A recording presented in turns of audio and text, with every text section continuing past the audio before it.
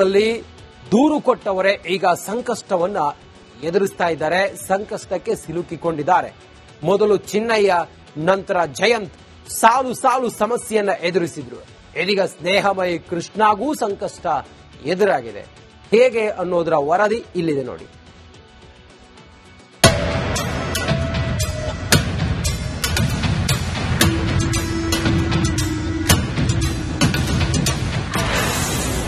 ಧರ್ಮಸ್ಥಳ ಸಾಮೂಹಿಕ ಸಮಾಧಿ ಪ್ರಕರಣ. ಸ್ನೇಹಮಯಿ ಕೃಷ್ಣ ವಿರುದ್ಧವೇ ದೂರು ದಾಖಲು. ಧರ್ಮಸ್ಥಳ ಪ್ರಕರಣಕ್ಕೆ ಸಂಬಂಧಿಸಿದಂತೆ ಎಸ್ಐಟಿ ವಿಚಾರಣೆ ಮುಂದುವರೆದಿದೆ. ಗಿರೀಶ್ ಮಟ್ಟಣ್ಣನವರ್, ಜಯಂತ್, ವಿಠಲ್ ಗೌಡ, ಪ್ರದೀಪ್ ಮತ್ತು ಯೂಟ್ಯೂಬರ್ ಅಭಿಷೇಕ್ ವಿಚಾರಣೆಗೆ ಹಾಜರಾಗಿದ್ದಾರೆ. ಇದರ ಮಧ್ಯೆ ಧರ್ಮಸ್ಥಳದ ಸೌಜನ್ಯ ಪ್ರಕರಣಕ್ಕೆ ಸಂಬಂಧಿಸಿದಂತೆ ಅಪಪ್ರಚಾರ ಮಾಡುತ್ತಿದ್ದಾರೆ ಅಂತ ಸ್ನೇಹಮಯಿ ಕೃಷ್ಣ ವಿರುದ್ಧ ಬೆಳ್ತಂಗಡಿ ಸರ್ಕಲ್ ಇನ್ಸ್ಪೆಕ್ಟರ್ಗೆ ದೂರು ನೀಡಲಾಗಿದೆ. ಬೆಳ್ತಂಗಡಿ ತಾಲೂಕಿನ ಇಂದಬೆಟ್ಟು ನಿವಾಸಿ ಹಿಂದೂ ಜಾಗರಣ ವೇದಿಕೆಯ ಕಾರ್ಯಕರ್ತ ವೆಂಕಪ್ಪ ಕೋಟ್ಯಾನ್ ದೂರು ದಾಖಲಿಸಿದ್ದಾರೆ. ಮೈಸೂರಿನ ನಿವಾಸಿಯಾಗಿರುವ ಸ್ನೇಹಮಯಿಯನ್ನ ಸೌಜನ್ಯ ಕೊಲೆಗಾರರೇ ಧರ್ಮಸ್ಥಳಕ್ಕೆ ಕರೆಸಿ ಅಪಪ್ರಚಾರ ಮಾಡುತ್ತಿದ್ದಾರೆ ಎಂದು ದೂರಿನಲ್ಲಿ ಆರೋಪಿಸಿದ್ದಾರೆ. ಸ್ನೇಹಮಯಿಗೆ ಸಂಕಷ್ಟ. ಸೌಜನ್ಯ ಕುಟುಂಬ ಮತ್ತು ನಾವು ನ್ಯಾಯಕ್ಕಾಗಿ ಹೋರಾಡುತ್ತಿದ್ದೇವೆ. ಸ್ನೇಹಮಯಿ ಕೃಷ್ಣ ಎಂಬ ವ್ಯಕ್ತಿ ಯಾರದ್ದೋ ಸೂಚನೆಯ ಮೇರೆಗೆ ವಿಠಲ್ ಗೌಡ ವಿರುದ್ಧ ಸುಳ್ಳು ಆರೋಪಗಳನ್ನು ಹೊರಿಸಿದ್ದಾರೆ. ನಮ್ಮ ಹೋರಾಟವನ್ನ ಬೇರೆಡೆಗೆ ತಿರುಗಿಸಲು ಪ್ರಯತ್ನಿಸಿದ್ದಾನೆ. ಇದರ ಹಿಂದೆ ಸೌಜನ್ಯ ಕೊಲೆಗಾರರು ಇರಬಹುದು. ದೂರು ದಾಖಲಿಸಲು ಕೃಷ್ಣ ಅವರನ್ನ ಕರೆತಂದಿರಬಹುದು ಎಂದು ನಮಗೆ ಅನುಮಾನ ಬಂದಿದೆ ಎಂದಿದ್ದಾರೆ. ಸುಳ್ಳು ದೂರು ನೀಡಿರುವ ಆರೋಪಿಯನ್ನ ಕೂಲಂಕುಷವಾಗಿ ತನಿಖೆಗೆ ಒಳಪಡಿಸಬೇಕು. ಈ ರೀತಿ ಸುಳ್ಳು ದೂರು ನೀಡಲು ಪ್ರೇರೇಪಿಸಿದವರನ್ನ ಪತ್ತೆ ಮಾಡಬೇಕು. ಹೋರಾಟಗಾರರಿಗೆ ಅವಮಾನ ಮಾಡಿರುವ ಆರೋಪಿ ವಿರುದ್ಧ ಕಾನೂನು ಕ್ರಮ ಕೈಗೊಳ್ಳಬೇಕು ಎಂದು ವೆಂಕಪ್ಪ ಕೋಟ್ಯಾನ್ ಒತ್ತಾಯಿಸಿದ್ದಾರೆ.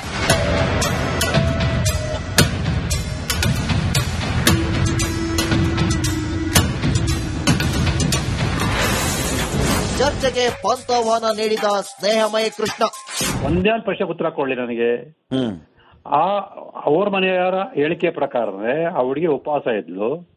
ಅದ್ರ ಶವ ಪರೀಕ್ಷೆಯಲ್ಲಿ ಆಕೆ ಹೊಟ್ಟೆಯಲ್ಲಿ ಅಜೀರ್ಣವಾಗದ ಆಹಾರ ಇದೆ. ಹೆಂಗ್ ಬಂತು? ಸಾಮಾನ್ಯವಾಗಿ ಯೋಚನೆ ಮಾಡಿ, ಯಾರು ಅತ್ಯಾಚಾರ ಮಾಡಿ ಊಟ ಕೊಟ್ಬಿಟ್ಟು ಅತ್ಯಾಚಾರ ಮಾಡ್ತಾರ?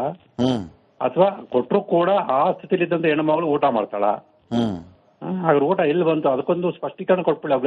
ಅವ್ರ ಮಾವನೇ ಸ್ಪಷ್ಟೀಕರಣ ಕೊಟ್ಬಿಡ್ಲಿ.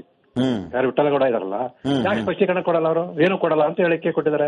ಧರ್ಮಸ್ಥಳ ಪ್ರಕರಣವೇ ದೊಡ್ಡ ಮಿಸ್ಟರಿ. ಈ ಪ್ರಕರಣ ಎತ್ತ ಸಾಗುತ್ತೋ, ಯಾರಿಗೆ ಸಂಕಷ್ಟ ತಂದೊಡ್ಡುತ್ತೋ ಕಾದು ನೋಡಬೇಕಿದೆ.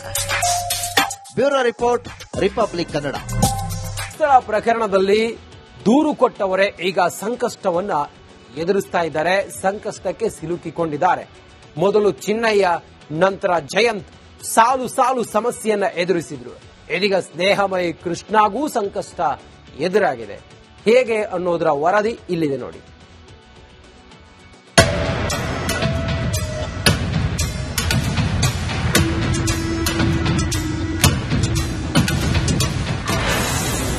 ಧರ್ಮಸ್ಥಳ ಸಾಮೂಹಿಕ ಸಮಾಧಿ ಪ್ರಕರಣ.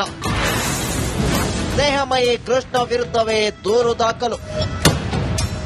ಧರ್ಮಸ್ಥಳ ಪ್ರಕರಣಕ್ಕೆ ಸಂಬಂಧಿಸಿದಂತೆ ಎಸ್ಐಟಿ ವಿಚಾರಣೆ ಮುಂದುವರೆದಿದೆ. ಗಿರೀಶ್ ಮಟ್ಟಣ್ಣನವರ್, ಜಯಂತ್, ವಿಠಲ್ ಗೌಡ, ಪ್ರದೀಪ್ ಮತ್ತು ಯೂಟ್ಯೂಬರ್ ಅಭಿಷೇಕ್ ವಿಚಾರಣೆಗೆ ಹಾಜರಾಗಿದ್ದಾರೆ.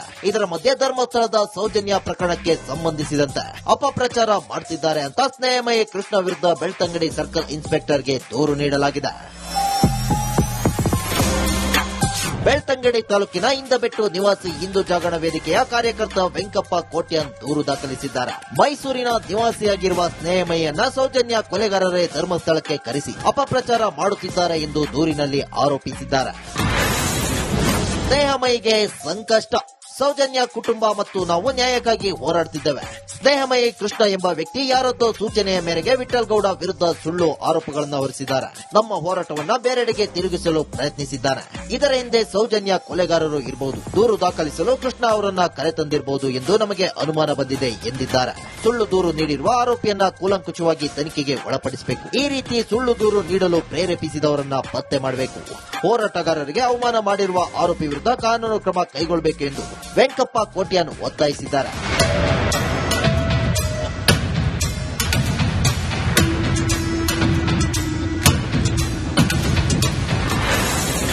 ಚರ್ಚೆಗೆ ಪಂಥಾಹ್ವಾನ ನೀಡಿದ ಸ್ನೇಹಮಯಿ ಕೃಷ್ಣ.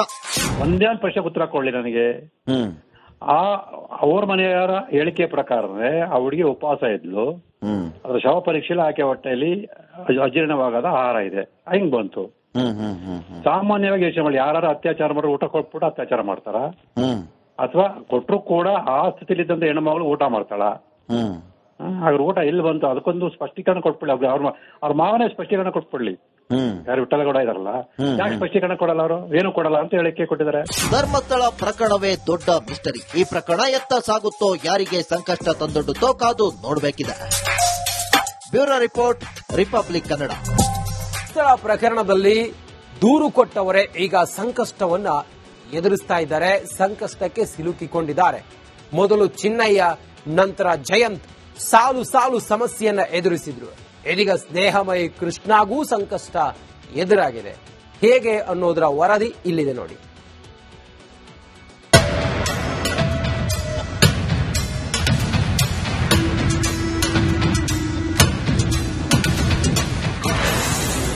ಧರ್ಮಸ್ಥಳ ಸಾಮೂಹಿಕ ಸಮಾಧಿ ಪ್ರಕರಣ. ಸ್ನೇಹಮಯಿ ಕೃಷ್ಣ ವಿರುದ್ಧವೇ ದೂರು ದಾಖಲು. ಧರ್ಮಸ್ಥಳ ಪ್ರಕರಣಕ್ಕೆ ಸಂಬಂಧಿಸಿದಂತೆ ಎಸ್ಐಟಿ ವಿಚಾರಣೆ ಮುಂದುವರೆದಿದೆ. ಗಿರೀಶ್ ಮಟ್ಟಣ್ಣನವರ್, ಜಯಂತ್, ವಿಠಲ್ ಗೌಡ, ಪ್ರದೀಪ್ ಮತ್ತು ಯೂಟ್ಯೂಬರ್ ಅಭಿಷೇಕ್ ವಿಚಾರಣೆಗೆ ಹಾಜರಾಗಿದ್ದಾರೆ. ಇದರ ಮಧ್ಯೆ ಧರ್ಮಸ್ಥಳದ ಸೌಜನ್ಯ ಪ್ರಕರಣಕ್ಕೆ ಸಂಬಂಧಿಸಿದಂತೆ ಅಪಪ್ರಚಾರ ಮಾಡುತ್ತಿದ್ದಾರೆ ಅಂತ ಸ್ನೇಹಮಯಿ ಕೃಷ್ಣ ವಿರುದ್ಧ ಬೆಳ್ತಂಗಡಿ ಸರ್ಕಲ್ ಇನ್ಸ್ಪೆಕ್ಟರ್ಗೆ ದೂರು ನೀಡಲಾಗಿದೆ. ಬೆಳ್ತಂಗಡಿ ತಾಲೂಕಿನ ಇಂದಬೆಟ್ಟು ನಿವಾಸಿ ಹಿಂದೂ ಜಾಗರಣ ವೇದಿಕೆಯ ಕಾರ್ಯಕರ್ತ ವೆಂಕಪ್ಪ ಕೋಟ್ಯಾನ್ ದೂರು ದಾಖಲಿಸಿದ್ದಾರೆ. ಮೈಸೂರಿನ ನಿವಾಸಿಯಾಗಿರುವ ಸ್ನೇಹಮಯಿಯನ್ನ ಸೌಜನ್ಯ ಕೊಲೆಗಾರರೇ ಧರ್ಮಸ್ಥಳಕ್ಕೆ ಕರೆಸಿ ಅಪಪ್ರಚಾರ ಮಾಡುತ್ತಿದ್ದಾರೆ ಎಂದು ದೂರಿನಲ್ಲಿ ಆರೋಪಿಸಿದ್ದಾರೆ. ಸ್ನೇಹಮಯಿಗೆ ಸಂಕಷ್ಟ. ಸೌಜನ್ಯ ಕುಟುಂಬ ಮತ್ತು ನಾವು ನ್ಯಾಯಕ್ಕಾಗಿ ಹೋರಾಡುತ್ತಿದ್ದೇವೆ.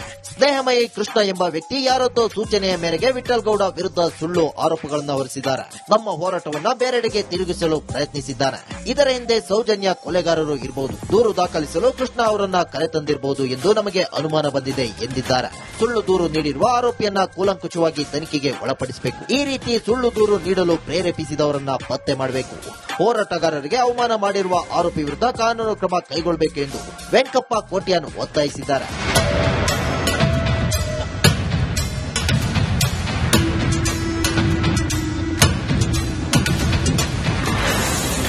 ಚರ್ಚೆಗೆ ಪಂಥಾಹ್ವಾನ ನೀಡಿದ ಸ್ನೇಹಮಯಿ ಕೃಷ್ಣ. ಒಂದೇ ಒಂದು ಪ್ರಶ್ನೆ ಉತ್ತರ ಕೊಡ್ಲಿ ನನಗೆ. ಅವ್ರ ಮನೆಯವರ ಹೇಳಿಕೆ ಪ್ರಕಾರನೇ ಆ ಹುಡುಗಿ ಉಪವಾಸ ಇದ್ಲು. ಅದ್ರ ಶವ ಪರೀಕ್ಷೆಯಲ್ಲಿ ಆಕೆ ಹೊಟ್ಟೆಯಲ್ಲಿ ಅಜೀರ್ಣವಾಗದ ಆಹಾರ ಇದೆ. ಹಿಂಗ್ ಬಂತು. ಸಾಮಾನ್ಯವಾಗಿ ಯೋಚನೆ ಮಾಡಿ, ಯಾರು ಅತ್ಯಾಚಾರ ಮಾಡಿ ಊಟ ಕೊಟ್ಬಿಟ್ಟು ಅತ್ಯಾಚಾರ ಮಾಡ್ತಾರ, ಅಥವಾ ಕೊಟ್ರು ಕೂಡ ಆ ಸ್ಥಿತಿಲಿದ್ದಂತ ಹೆಣ್ಮಗಳು ಊಟ ಮಾಡ್ತಾಳ? ಹಾಗಾದ್ರೆ ಊಟ ಎಲ್ಲಿ ಬಂತು? ಅದಕ್ಕೊಂದು ಸ್ಪಷ್ಟೀಕರಣ ಕೊಟ್ಬಿಡ್ಲಿ. ಅವ್ರ ಮಾವನೇ ಸ್ಪಷ್ಟೀಕರಣ ಕೊಟ್ಬಿಡ್ಲಿ. ಯಾರು ವಿಠಲಗೌಡ ಇದಾರಲ್ಲ, ಯಾಕೆ ಸ್ಪಷ್ಟೀಕರಣ ಕೊಡಲ್ಲ? ಅವರು ಏನು ಕೊಡಲ್ಲ ಅಂತ ಹೇಳಿಕೆ ಕೊಟ್ಟಿದ್ದಾರೆ. ಧರ್ಮಸ್ಥಳ ಪ್ರಕರಣವೇ ದೊಡ್ಡ ಮಿಸ್ಟರಿ. ಈ ಪ್ರಕರಣ ಎತ್ತ ಸಾಗುತ್ತೋ, ಯಾರಿಗೆ ಸಂಕಷ್ಟ ತಂದೊಡ್ಡುತ್ತೋ ಕಾದು ನೋಡಬೇಕಿದೆ. Bureau report, Republic Kannada.